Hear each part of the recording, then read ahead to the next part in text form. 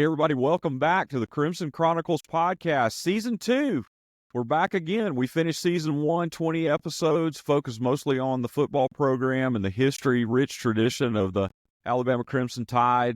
We're going to be focusing more on basketball here in the short run, and so we've got an amazing opportunity for you tonight. And so, Tommy, we've got a wonderful guest with us tonight. Can't wait to dig into this interview. And so, Tommy, why don't you introduce our guest and help us get going tonight?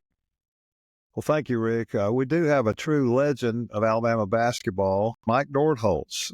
Believe it or not, with all the great players we've had in the last 20, 25 years of Alabama basketball, Mike Nordholz, who played 1966, 67, and 68, still holds the single game scoring record in all of Alabama basketball history.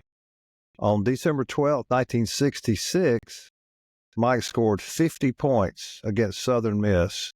He's also had 37 against Jacksonville State about 11 days before that, which is tied for 15th in Alabama basketball history. And then the next year, he had 33 points against Samford, which ties for 47th in all-time scoring single game in Alabama basketball history. His field goals made in that Southern Miss game where he scored 50 is still number one in Alabama basketball history. His single-season scoring record is number 37, and he's got that was his junior year, and his senior year, he's tied for 47th in Alabama basketball history. He averaged 18.4 points a game as a sophomore, 1 point a game as a junior, and 20 points a game as a senior. His career scoring record of 1,394 points is number 22 in Alabama basketball history. Mike, it is great to have you on. Thank you very much. I appreciate it. Yeah. Well, let me ask you this. How does a hot-shooting left-handed guard out of Marietta, Georgia, find the University of Alabama in 1964? And I think a guy named Wimp Sanderson recruited you. So tell us about that process. Okay, before I do that, I just want to thank you, too, for the Crimson Chronicles. It is great. I mean, I've enjoyed every one of them. And Jerry Duncan, I went to school with Jerry, and of course, the two famous Toms. And Roger, who I've never met, he might have missed his calling. He could have been a stand-up comedian, I think. But how did I get to Alabama? Well, when I started high school, baseball was a little bit more of my thing. And then my sophomore year, as a 5'7", 120-pound guard, I scored 25 points in the county championship game. And that kind of set me on the way to basketball. And as you can imagine, in those days, recruiting wasn't as sophisticated. Most of it was word of mouth. And Coach Sanderson has told me since then that he was at a game, and Rich Fredrickson, who was a great player at Auburn, was the assistant coach at Georgia, and he gave him my name. And he just kind of filed it away. And they sent me letters, and I started getting letters my junior year, but not much contact. I don't even know if they could contact you then. But so my senior year rolls along, and my senior year, we have a young assistant football coach at Osborne High School named Bill Olive. Now, you would probably know him as Olive, the assistant football coach, so the Alabama thing was pretty close. And there was another gentleman who was a huge Osborne supporter and Alabama supporter. In fact, he used to come over to what Coach Bryant's spring get-togethers with the donors. And Bobby Meyer, Tommy, you may remember him or not. He was a big supporter. So that's kind of how it all started. And then Coach Sanderson called and said he wanted to come watch me play. So we picked out a game against Marist in downtown Atlanta. And the gym is where the Regent High is now. That's where the gym was. And it just happened to be November the 22nd, 1963. And he was driving over from Tuscaloosa and, of course, heard it on the radio. Obviously, no cell phones, no anything. And so he pulled over, got on the payphone, called the high school and said, "Are you still going to play tonight?" And they told him, "Yeah, I think we're still going to play," as hard as that is to believe. Because, the NFL played on Sunday. And Pete Rozelle always said it was the worst mistake he ever made playing the game. Anyways, we played that night against Marist. Got beat. I didn't play very good. And we only lost 3 games my senior year. And that was That was one of them. And Coach Anderson was very positive. He didn't act like he was too disappointed as much as I was. That's kind of how it all unfolded with Coach. Yeah, obviously, we're talking for our younger generation. We're talking about the assassination of John Kennedy on that day when Wimp came over to see that night. Also, in his book, and for those who don't know, Wimp wrote a book about 25 years ago called Plaid and Parquet, and it's a fascinating look into his life. And we're going to have Wimp on at some point in January. But he also writes that you had, quote, chronically bad. Your parents wanted you to go to a school that could keep you healthy. Yeah. Well, the August before my freshman year, I broke my ankle playing baseball and getting ready for an all-star tournament. And I was in a cast for a couple of months, and that's why I never played football. I had planned on playing football. But when I finally got out of the cast and rehabbed and, the football was gone my freshman year. By my sophomore year, I was into baseball and basketball. But that's where it all started. And I have counted them up as it happened, counting high school, college, a little bit of playing afterwards. I think I was on crutches 16 times. So I had bad ankles. Yeah, my dad was adamant with all the coaches. Of course, everybody, taped and everything. And I got taped in high school. Bill McDonald, Jim Goostrey, or, they were the ones saying Lida. They always taped me before practice in the games. But yeah, it was kind of, Coach Anderson won't let me forget that either. He's always reminded about that. So, yeah. Yeah, we're going to have Bill McDonald on. Bill and I are great friends and have lunch about once a week. But let me ask you this. You shared a bit of info with me a few days ago that I never knew. Tell us who your freshman coach was in 1964, 65, and how did this come about? My freshman year was 1964, and the freshman basketball coach was Coach C.M. Newton. And a lot of people were not aware of that. He had was the head coach at Transylvania, and he took a leave of absence to come to Alabama to work on his doctorate degree. And the president of Alabama at that time was Frank Rose, who had been the president at Transylvania. So that was kind of the connection. And Coach Newton and his family lived in the president's house there, on University Boulevard. And Coach Newton's little 3 or 4 year old kids running around was Morton Newton, who is now the AD at Samford University. So he coached the freshmen. We had a good freshman team. We played the Mississippi State, Mississippi's freshman team, and Memphis and Florida State. We played Auburn, and then we played a lot of the junior colleges, and went 16-4. And everybody enjoyed Coach Newton, who was a great guy and great coach. So a lot of people are not aware that Coach Newton came in for 1 year and then went back to Transylvania. Well, I'm one of those, and I've been around a long time and consider myself somewhat of a historian on Alabama. And I had no idea. Everybody knows Coach Newton came from Transylvania, but they sure didn't know he was a freshman coach while he was working on a doctorate degree. Do you think, obviously, his connection with with Dr. Rose had already been established? Do you think while he was there, that kind of gave him an in to get the head coaching job a few years later? Yeah, I think so. Coach Newton played for Adolph Rupp at Kentucky. And, of course, that was like playing like coaching with Nick Saban, I guess. But, I'm sure it helped him because he got the job shortly after it came open. It wasn't like a long process. So I think he probably helped him to come down that year and be the freshman coach. Plus, he already knew Dr. Rose, Yeah. Mike, a lot of younger fans, and I say younger fans, even guys like me in our 50s, we don't know a whole lot about Foster Auditorium and what it was like to play in Foster Auditorium, and you began your career playing there. So tell us a little bit, describe for us what the atmosphere was like in Foster Auditorium to play there and to be a part of a game. Well, it was really cozy, as you could put it, when we had been in Tennessee and Kentucky and Mississippi State and all that. It was hot, smoky, and stuffy, to put it mildly, And it's, obviously anybody could smoke anytime they wanted to, and the smoke would be in the stands. But it was the funny story. Bill McDonald was the student trainer. Mike Griffin, who I'm sure Tommy knows, Griffin, who coached for years in Tuscaloosa, he was the manager, and they when Kentucky came in, they would go in the visiting dressing room and turn the thermostat up as high as it would go and close all the windows. And Kentucky would go in, and Adolph Rupp would just come out cussing. He was so mad.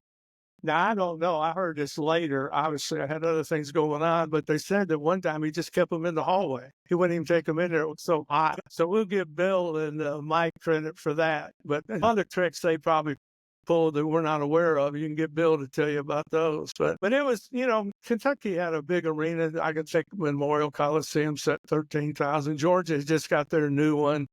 At that time, I think it seated 9,000, but most everybody's arena was 5,000, 6,000. Some of them were nicer than others, and Foster was fine. Yeah. Good.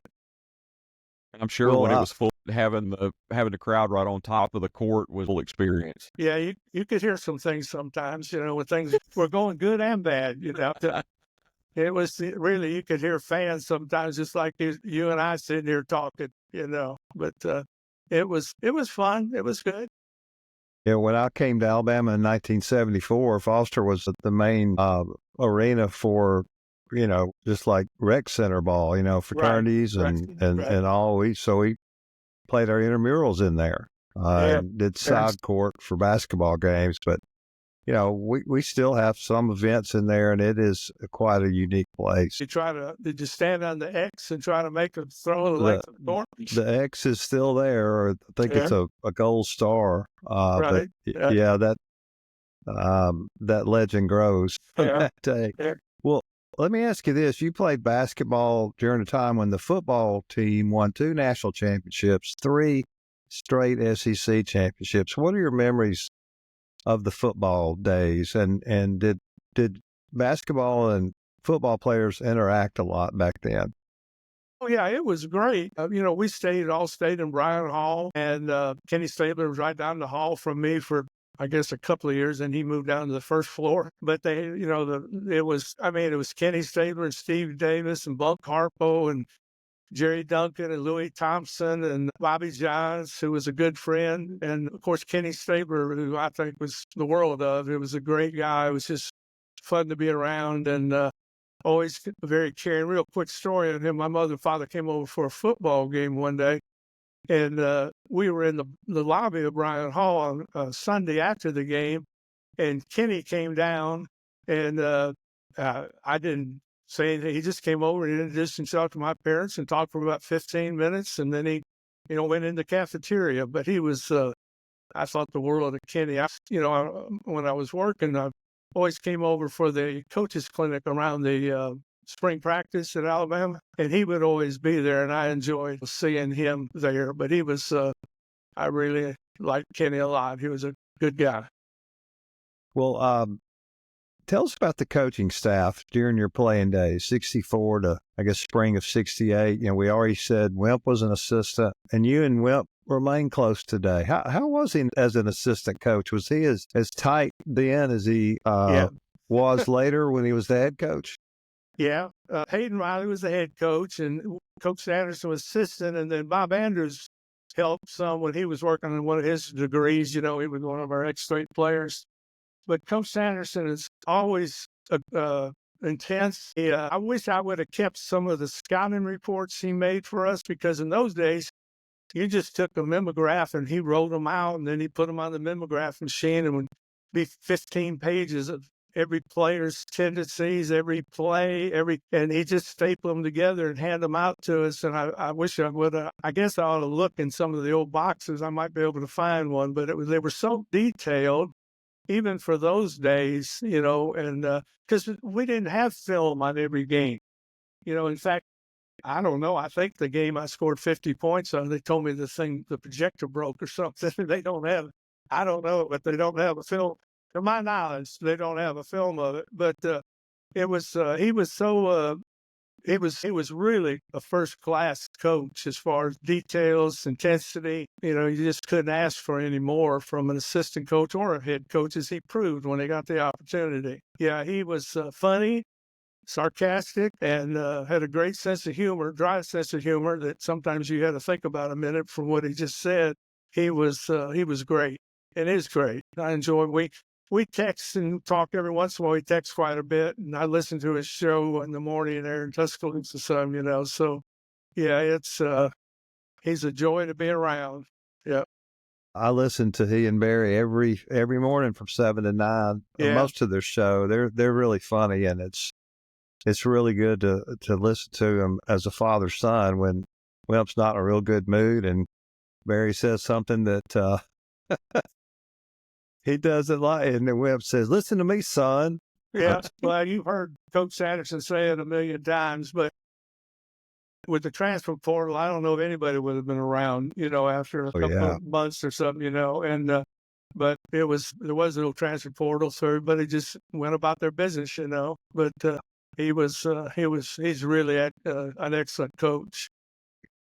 Mike, it goes without saying, I think for most of us, but thinking about that 50-point game that night against Southern Miss, that was 50 points with no 3-point line. And I think for a lot of our younger viewers and listeners, that's quite an accomplishment, something that stands as a record today that is even more significant because of the way it was accomplished. You hit 22 field goals in that game. What do you remember about that night? They all went in. That's all I can remember. They just we had played Southern Miss about, a couple of weeks before over in Hattiesburg, and they had beat us. And so we came over here, and it really didn't seem like a special game or special night or anything. But as the game went on, I didn't know it at the time because they obviously didn't have scoreboards telling you how many points everybody's got, and the announcers didn't call out. But I found out later at halftime, I think I had 27. I was unaware of that. I didn't know. And the second half started, and things were rolling pretty good. And about the 10-minute mark, I got my fourth foul, and they had to take me out. And I remember you could hear the crowd kind of groaning a little bit. But I still didn't have any idea, how many points I had. So I go back in, and I just remember Guy Lee Turner telling me, just keep shooting. Just keep shooting. That's all he said. And I got fouled with, it was a close game. And I got fouled with, a couple of 2 or 3 minutes to go. And I missed one of the free throws, which was not unusual for me.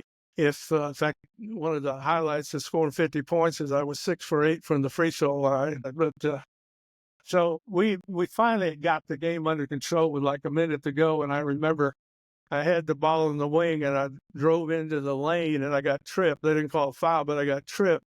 And I was falling. I just kind of threw it up over my head, and it went in, and that was the 50th points. And at that time, I knew something must have happened because the way everybody was reacting and everything. But when I made the 50th point, we ended up winning by 10 or 12 points. The game was pretty much over. But I remember getting tripped, and it was just kind of get rid of the ball because I'm going down. And it went in, and I was 10 or 12 feet right in the middle of the lane, and it just went in. So we got a good round number of 50, That's awesome. So that was in 1966 in your sophomore season. Just take us through your career in general, maybe kind of the arc of through your sophomore season, a little bit about your junior season, and then help us to kind of get to also an orientation to your senior season in 1968. Well, we had a good team my sophomore year and even junior team, and we were in the middle of the league, and we were pretty optimistic about the senior year. And then, of course, we had the tragic swimming accident with Guy Lee Turner. We went to the season started my senior year. We started 7-1, and the only game we lost was to Duke, 86-80. So we're at Christmas. We had beaten Mississippi and Mississippi State, and we're at Christmas, and things are going pretty good. 7-1, 2-0 in the conference, and the first game after Christmas was in Baton Rouge. And Baton Rouge had this young sophomore player named Pete Merritt. And we went down there, and inside the minute to go in the game, it's a 1-point game. And we missed, and they went down and missed back and forth. And he finally hit one, and they're up 1. We missed and fouled. Anyways, I think they ended up winning by 5 points. He got 30, which for him now, been very good. And the next time when he came to Tuscaloosa, he got 59, so he made up for it. But so after the LSU game, we go to Gainesville, Florida, and lose almost identically the same way. We're right in the game. We're down to the last minute. We just couldn't close it out. And after that, it just kind of fell apart. Dave Mitchell, who was going to be one of the starters at the forward position hurt his knee in the preseason, and he didn't hardly get to play. And Tom Jones was great that year. Gary Elliott, who I guess Tommy probably knows, used to coach up in North Alabama. He was great, but we just didn't have enough bullets to play. And we got blown out at Vanderbilt. But if you look at the score at Auburn, the last game of the year, we get beat 5, and then we had all kinds of games like that, and it wasn't a very pleasant month and a half there at the end from where it started. But it was that's kind of what it is, you know. Tom Jones was on the golf team as well, right? He was on the golf team. Yeah, Tom was really a good, when he got out of school, he went to take a coaching job in Fort Lauderdale to work on his golf game. And I think he won the state amateur eventually. And I gave him a hard time about that because he's, up until just a couple of years ago, he's the oldest state amateur champion. And somebody 3 or 4 years ago, I think, beat his record. But yeah, he was a great golfer. And Mike, as y'all were struggling down the stretch in '68, as players, did you have any sense that Coach Riley's job was in jeopardy? Obviously there was no social media. There was no, the only news was Tuscaloosa News and Birmingham News. Toward maybe the last week or so, we started to sense it, but not really. We really did. Like I said, we went to Auburn. We used to play Auburn in Montgomery, and then when we got Memorial Coliseum, Auburn said, we're not going to play in Tuscaloosa and Montgomery. So we had to go to Auburn, and that was before they had their new building, and they had that little Quonset hut that held about 2,500, and they ended up beating us 5 points. Well, after the game, we're in the dressing room, and Coach Riley came in and said he was going to resign. And that was the first time that it really, I guess, set in, obviously, that he was going to step down. So the ride back to Tuscaloosa wasn't a whole lot of fun. And just shortly after that, Tommy, you may know, but it was not a week or so they named CM the coach. It wasn't like a long, protracted kind of search or anything. But we were not really aware of it when it was happening. We were just trying to get through the next day and win a game. And then after the game, when he told us, it kind of hit us in, obviously. Well, I think Coach Bryant, who obviously was the athletics director then, thought so much of Coach Riley that he kept him on in an administrative capacity, right? And to help with football. And eventually he coached the baseball team. Yeah. He was well respected. Everybody liked him and everything. And, sometimes coaches get too much blame and too much credit, really. It boils down to the players eventually. And we just weren't able to, to get it done. Yeah, before I ask you about going into the new Memorial Coliseum, I want to go back to the 50-point game. You've seen decades of basketball since then. Have you ever been afraid that 50-point record was going to be broken? All the Alabama basketball that you've seen since then. Well, it's funny. I think we had mentioned it just a little while before we went on the air. I was in a car in Atlanta driving, listening to a game the night that Reginald King got 43.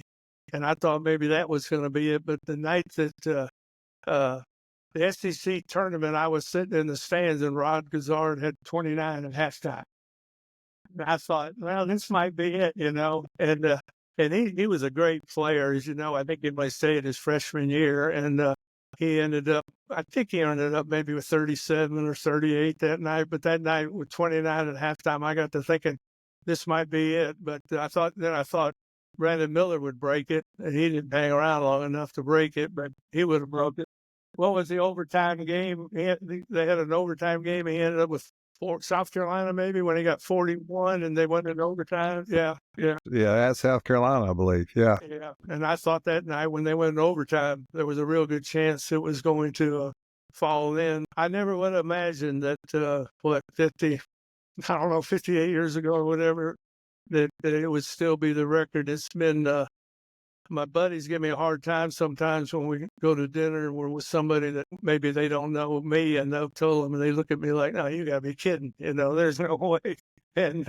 But it's been a conversation starter for many years. Well, you mentioned going to the Coliseum. Memorial Coliseum opened up in late January 1968. The first basketball game was February 1st, You beat Samford 86-65. What are your memories of the announcement that a Coliseum would be built, and then you literally witnessing its construction over, I guess, a couple of years probably, and then finally your senior year playing the first game in what was then called Memorial Coliseum? Yeah, we watched it. They had some construction delays. I don't really know what goes into that, but there was a lot of stops and goes and everything. And we thought we were going to get in at the first of my senior year, but we really didn't get in until I think February the 1st, maybe, when we played Samford. And we played Samford and Auburn and Vanderbilt and a couple other games, I think, in it. Well, I think when it was open, it was in the top 5 of the biggest arena on campus of a university. And it was, of course, it was just a palace. I mean, it was just, the dressing rooms by today's standards would be Spartan. But in those days, they were just big, enormous rooms and lockers and, all the things. It was first class. It was, it was the best arena in the conference because Kentucky hadn't built Rupp yet. And so it was the best arena in the conference for several years. But it was, and of course, when they first opened it up, that helped draw crowds too. I think people wanted to come to see the arena and the games. And so it was a different atmosphere, and it was fun to see it. Well, See a lot of changes in it through the years. Yeah, having been in the ticket office for so long, I heard from a lot of basketball season ticket holders about the fact that they got tickets when the building opened. I got reminded of that quite often. You think maybe that has something to do with no new arena? Well, I don't know about that. But yeah, especially when we went to the Tide Pride basketball in 1998, my goodness, I heard all kinds of stories about having it, and they'd tell me where they are. And of course, I still remember where a lot of people sit. Well, we went from Foster that generously, I think they said, seated 5,000 to the Memorial that seated 15,400 or something. But you got to remember, Bryant-Denny Stadium, when I was a freshman, held 45,000. And then it was quickly went to 56, I think, and then 6, and then up until what it is now. But yeah, it was a different time, and there was no tailgating before a football game or anything like that. So so Memorial Coliseum was a palace when they opened it up, or Coleman. Yeah, and I don't know. I'm sure that they had foresight and looked into the future, but where now Coleman Coliseum is built, I saw an original photo of the construction of Coleman, and there's nothing around it. And now, and it's just a perfect layout now with Coleman, and then the football building and the football practice fields and the baseball field and the parking lot, and then the law school was built in it's like 77. But it was like somebody had a perfect design for the future because they built it way off the road. Right. And now everything just looks perfect as far as how it's laid out. Yeah, and the court goes the wrong way. If you think about it, court should go the other way. But I'm just kidding. It was the unique way the court went. When you walk in, you think the court's going to go the other way. But there was some foresight that went into building it for sure. They were we were ahead of everybody in the conference when we opened that up. There was nobody that had anything that would compare to it. Yeah, well, I still think those acoustic tiles up at the top, the stripes that give it the stripe appearance, I think they were probably the original from 50-something years ago. I think they probably were too. There's no telling what's in the basement down there and all the archives and Well, I can tell you, a lot of that got moved to the Bryant Museum during the 06 renovation of the Coliseum. And thankfully, the Bryant Museum has it and it's taking good care of it. But there were trophies down there. There were old recruiting guides, books, media guides, memorabilia. I mean, it was unbelievable what was taken over the museum. Right. Yeah. In the stands and down in the bowels of Coleman. And of course, we had the lower gym back there too, which is now a storage area. But wow, what a great place. So, Rick, Mike, after the 19th season closed, you obviously finished your career as a basketball player at Alabama and graduated, moved on. Tell us what's happened in the year since. Well, when I got through at Alabama, I got drafted in the ABA, the Houston Mavericks, which was a competitor to the NBA, like the AFL and the NFL were. And I, as they say, had a cup of coffee in the exhibition season and thought I had the team made, and got a call that I was called to active duty. And I did not ever go to combat, so I didn't have any room to complain. And after that, I went into coaching, and I coached 12 years. Coached at Rockdale County High School right outside Atlanta, Western Kentucky University, and Gainesville College. And as I was telling Tommy, I was sitting in my office in January, my 5th year at Gainesville, and the phone rang. In the middle of January, basketball coaches are not doing real good usually just because of the time of the year. And it was Joe Dean, the string music, the Converse man. He wanted to know if I was interested in going to work with Converse. And I said, well, Joe, I would like to talk to you, but it's right in the middle of the basketball season, and I just can't leave the team now. And he said, oh, that's no problem. What's the date of your last game?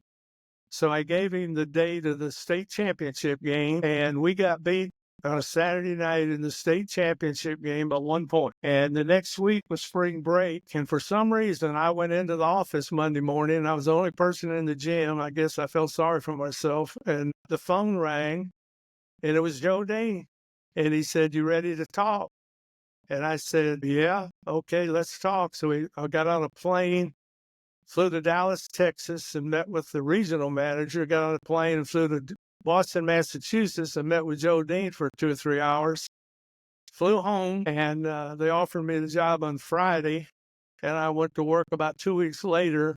And then I spent the next 38 years in the sporting goods business, calling on pro teams and college teams for Converse, Shutt Sports, and McDavid, which was a sports medical company.